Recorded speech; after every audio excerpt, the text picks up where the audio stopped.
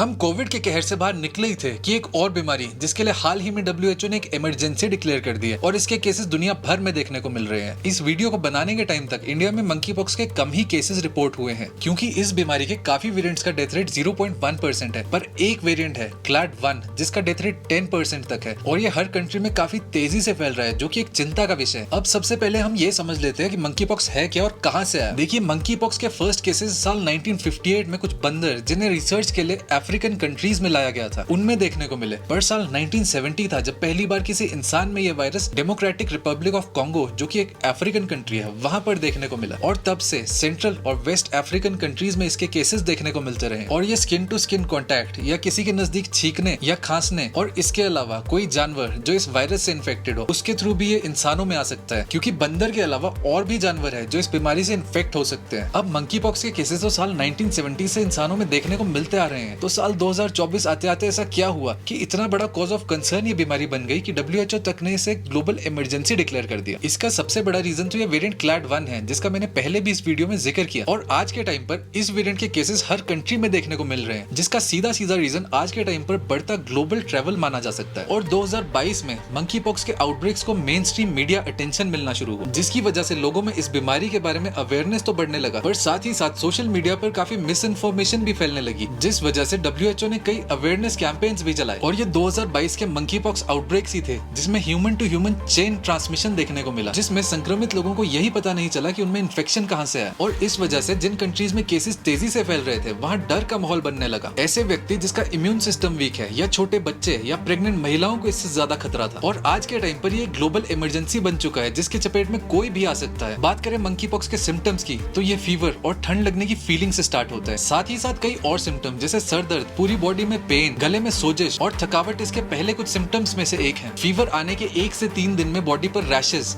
से मेरा मतलब है एक किस्म के दाने होने लगते हैं, जो ज्यादातर केसेस में फेस से स्टार्ट होते हैं और धीरे धीरे करके बॉडी के बाकी हिस्सों में स्प्रेड होना शुरू हो जाते हैं। फिर ये रैशेस 4 स्टेजेस से गुजरने के बाद फाइनली स्कैब बनते हैं और खुद ही सूखकर गिर जाते हैं। इन स्टेजेस की ओरिजिनल फोटोज काफी व्यूअर्स के लिए कष्टदायी हो सकती है, इसलिए आप इस एनिमेटेड फोटो को देखकर थोड़ा आइडिया लगा सकते हो कि कौन सा स्टेज कैसा दिखता है और अब किस स्टेज में क्या होता है। इसकी डिटेल में मैं और नहीं जाऊंगा। अगर किसी को और ज्यादा जानने में इंटरेस्ट है तो मैंने डिस्क्रिप्शन बॉक्स में एक लिंक डाल दिया है, वो जाकर आप चेक कर सकते हो। अब ये सिम्टम्स अपने आप में तो जानलेवा हो ही सकते हैं, पर प्रॉब्लम तब आती है जब किसी इंसान का इम्यून सिस्टम वीक हो, जिस वजह से उन्हें मंकी पॉक्स के साथ कोई और बीमारी जैसे बैक्टीरियल इन्फेक्शन या सेप्सिस या आंखों में कोई इन्फेक्शन हो जाए, जिसके कारण आंखों के विजन तक का लॉस हो सकता है। जब ये इतना बड़ा हेल्थ कंसर्न बन ही चुका है तो हमें कुछ बेसिक चीजें पता होनी चाहिए इन्फेक्शन से बचाव के लिए, और अगर किसी कारण इन्फेक्शन हो जाए तो कैसे इससे डील किया जाए। इसमें सबसे इंपॉर्टेंट बात है अवेयरनेस की। अगर आप किसी राह चलते व्यक्ति से मंकी पॉक्स के बारे में पूछ लो तो मैं दावे के साथ कह सकता हूँ कि काफी लोग आपको ऐसे मिल जाएंगे जिन्होंने इसका नाम तक नहीं सुना होगा, और कई लोग आपको ऐसे भी मिल जाएंगे जिनके पास इसके बारे में आधी अधूरी इन्फॉर्मेशन होगी, और इसमें गलती किसी व्यक्ति की नहीं है। इस वीडियो को बनाने के टाइम तक इंडिया में मंकी पॉक्स के कम ही केसेस देखने को मिले हैं, इसलिए यहाँ पर इसे मीडिया कवरेज भी कम मिल रहा है। फिर भी हमें अभी से सतर्क रहना पड़ेगा कि आगे जाके भी इसके केसेस देखने को ना मिले, जिसके लिए हमें कुछ बेसिक प्रिकॉशंस जैसे जंगली जानवरों से जितना हो सके उतना दूर रहो, स्पेशली ऐसे एरियाज में जहाँ मंकी पॉक्स के केसेस देखने को मिल रहे हो। अपने हाइजीन का अच्छे से ध्यान रखो और साबुन और पानी से रेगुलरली हाथ धोते रहो, स्पेशली अगर किसी जानवर के कांटेक्ट में आए हो। अपनी आंखों, नाक और मुंह को छूना अवॉइड करो अगर कहीं बाहर हो तो, और अपने आसपास के एरियाज को साफ रखो और रेगुलरली डिसइंफेक्ट करते रहो। बेडिंग, कपड़े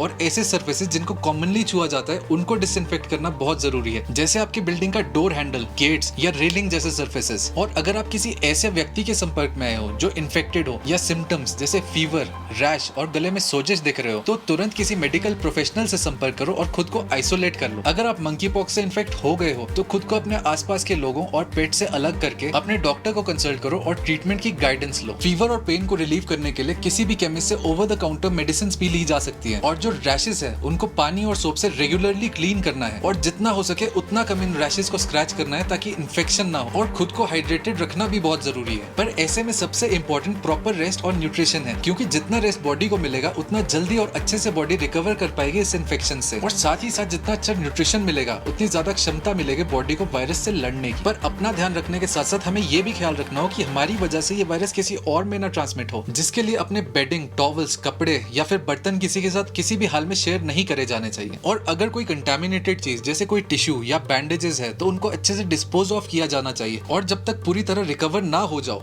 तब तक किसी के क्लोज कॉन्टैक्ट में नहीं आया जाना चाहिए। और अगर किसी के कॉन्टैक्ट में आए हो तो ये आपका फर्ज है कि उसे टाइम रहते आगाह किया जाए। इन सब में हमें इस बात का भी ख्याल रखना होगा कि डर का माहौल किसी भी हाल में ना बनाया जाए। और कोविड की महामारी के बाद लोगों में संक्रमित बीमारियों की संवेदनशीलता वैसे ही बढ़ चुकी है, इसलिए सभी को अवेयर रह के ये सुनिश्चित करना होगा कि ऐसी किसी बीमारी को महामारी बनने किसी भी हाल में ना दिया जाए।